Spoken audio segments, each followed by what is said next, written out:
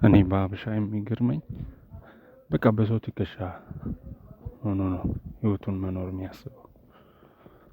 አንደኛ ሁል ጊዜ ሰው የበላውን ማውራት፣ ሰው የጠጣውን ማውራት፣ ሰው የኖረውን ህይወት ማውራት፣ ወሬ መሆን፣ ወሬኛ መሆን ምንድነው ጥቅሙ? ኖሬ በቃ መኪና ገዛ በቃ ቤት ሰራ በቃ ደስ ይላል ጃስት ፎር ዘ ታይም። ግን ምን ያደርጋል? ኢሹ ማድረግ ቢዝነስ ማድረግ ጥቅሙ ምንድነው?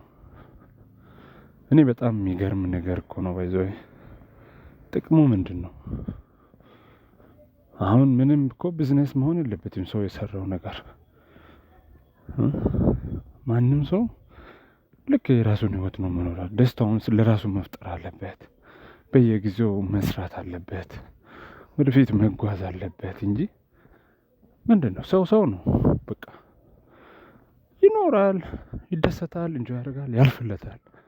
ምንም ነገር በቃ ቼንጀብል ነው ኤቭሪቲንግ የሚቀየር ነገር ነው። መኪና ገዛ ነገ እግረኛ ነው። ምንም እኮ በቃ ዛሬ እግረኛ ነህ ነገ ደግሞ መኪና አለ። ምንድነው? ተአምር ነገር የለውም። በቃ ዶንት ወሪ ፎር ኤቭሪቲንግ ጃስት ሊቭ ሄልዚ። በቃ ጤናማ ሆነህ ኖር። በቃ እግዚአብሔርን አመስግን። የአእምሮህን ጤና ጠብቅ፣ የአካልን ጤና ጠብቅ። በቃ ምንድነው ሌላው ነገር? ከየት ነው የአእምሮ ጤና? የአካል ጤና ከየት ነው? እንዴት ነው የማገኘው ብለህ ሁል ጊዜ ፈጣሪን እነሱን ጠይቅ። ጌታዊ በቃ ስለዚህ አስተሳሰብን አስተካክል፣ አመለካከትን አስተካክል፣ ሁሉ ነገር ይስተካከላል። መጀመሪያ ለራሴ ማን ነኝ? በቃ እኔ ማን ነኝ? ለራሴ ኑር።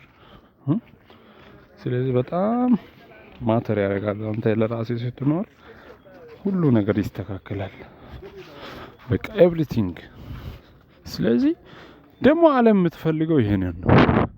አብዛኛው ሰው ዲፔንደንት ሆኖ ከሰው ትከሻ ላይ ሆኖ በቃ ህይወቱን ለመኖር ብቻ የሚያስብ ስላለ ወሬኛ ነው የሚሆነው።